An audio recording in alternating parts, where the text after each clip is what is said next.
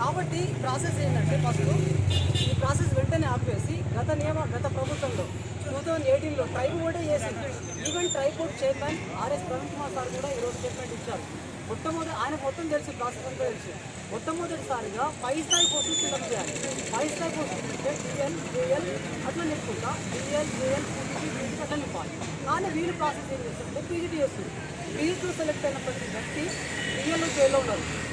For example night release చేసినటువంటి library TL librarian JL library పోస్టులు ఉన్నాయి.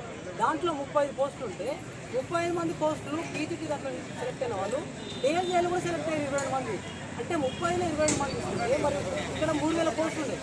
3000 పోస్టులు 2000 మంది పైకి పోతే నెక్స్ట్ కింద ఉన్న వాళ్ళు పీజీలో సెలెక్ట్ అవుతారు. కాబట్టి ఈ ప్రాసెస్ అనేది రాంగ్. 100% ఏ ప్రాసెస్ టీఎస్పీఎస్ అయినా పోలీస్ కానిస్టేబుల్ అయినా మెడికల్ బోర్డు అయినా కానీ ఫస్ట్ 5 స్థాయి పోస్టులు తీసుకుంటారు. టీఎల్ జేఎల్ నింపి ఆ తర్వాత పీజీటీ నింపాలి. సో దట్ ఏమంటే బ్యాక్లాగ్స్ ఏర్పడవు.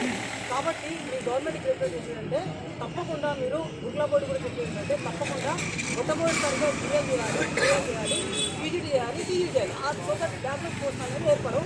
వెనుక ఉన్న వాళ్ళు కూడా న్యాయం జరుగుతుంది. అదేవిధంగా ఇంకో విషయం ఏంటంటే రిలిక్విషెంట్ ఆప్షన్ అనేది ఉంది. రిలిక్విషెంట్ ఆప్షన్ అంటే ఒక పర్సన్ పీజీటీలో సెలెక్ట్ అయ్యాడు అనుకున్నాం, అదే పర్సన్ ఏలో సెలెక్ట్ అయ్యాడు జేలో సెలెక్ట్ అయ్యాడు. కానీ ఒకే పర్సన్ ఇన్ని జాబులు చేయలేడు కదా. ఇన్ని జాబులు చేయలేనప్పుడు ఆ పర్సన్ దగ్గర నీకు ఇష్టమైన జాబ్ ఏదని చెప్పి అతని దగ్గర రిక్వెస్ట్ తీసుకొని ఏ జాబ్కి అయితే సెలెక్ట్ అవుతారో ఆ జాబ్లో సెలెక్ట్ చేసుకొని మిగతా జాబ్లోకి వెళ్ళి రిమూవ్ చేసి ఆ కింద ఉన్న పర్సన్ సెలెక్ట్ చేయాలి. ఇది రిక్వెస్ట్ ఆప్షన్. సో దీని గురించి కూడా ఆలోచన చేయాలి. ఏ ఒక్క పోస్టు కూడా బ్యాక్లాగ్ అనేది ఏర్పడదు. ఈ విధంగా భర్తీ ప్రక్రియ సరిగ్గా సాగి అందరికీ కూడా న్యాయం చేయాలి. ఇప్పుడు ఈ ప్రక్రియ కనుక చేస్తే 3000 మందికి లాస్ అవుతారు. ఈ పీజీలో ఉన్న ప్రతి ఒక్కరు వనిష్ఠుల్లో ఉన్న ప్రతి ఒక్కరు సెలెక్ట్ కావాలంటే మొట్టమొదటిగా డిఎల్ జేఎల్ నింపితే ఈ పీజీలో ఉన్న ప్రతి ఒక్కరికి జాబులు వస్తాయి. వెనక ఉన్న ప్రతి ఒక్కరికి జాబులు వస్తాయి. మేము ఆల్రెడీ వనిష్ఠులో సెలెక్ట్ అయినాం, ఇక్కడికి వచ్చే వాళ్ళం. సో వనిష్ఠు వల్ల సెలెక్ట్ కాలేదు. వనిష్ఠు వల్ల సెలెక్ట్ కావాలంటే వీళ్ళు గురుకుల బోర్డు చేసినటువంటి పెద్ద తప్పిదం.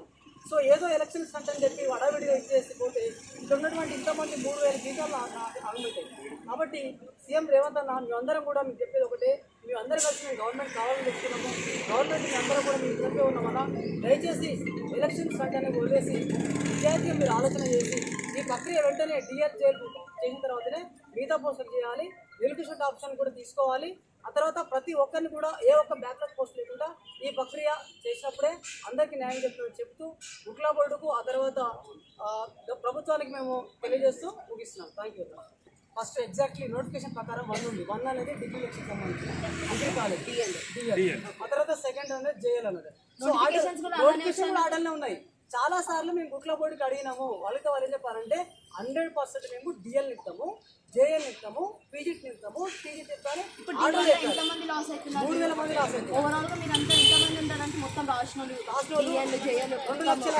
రాసింది. 9,210 పోస్టులు ఉన్నాయి. అంటే 9,210 పోస్టులు ఇప్పుడు 3,000 జేఎల్ డిఎల్ 3,000 పోస్టులు ఉన్నాయి. అంటే ఇప్పుడు పీజీలో సెలెక్ట్ అయినా 3,000 మంది క్లాస్ అవుతున్నారు. 3,000 మంది జీవితాలు అంటే మామూలు విషయం కాదు కదా. జాబ్ అనేది లైఫ్ అండ్ డెత్ సమస్య. జాబ్ అనేది మా కళ. ప్రభుత్వ ఉద్యోగం సంపాదించాలి, టీచర్ ఉద్యోగం సంపాదించి సమాజ సేవ చేయాలని మా కళ. ఆ కళ నెరవేరు ఆశలు పోతున్నాయి. సో అలాంటప్పుడు మాకు కూడా ఉంటుంది కదా. కాబట్టి ఇదే నింపాలని నేను చెప్తున్నాను. అయితే పీజీటీ అనేది ఎప్పుడు వచ్చిందండి రిజల్ట్? పీజీటీ అనేది నైట్ 2 గంటలకు వచ్చింది.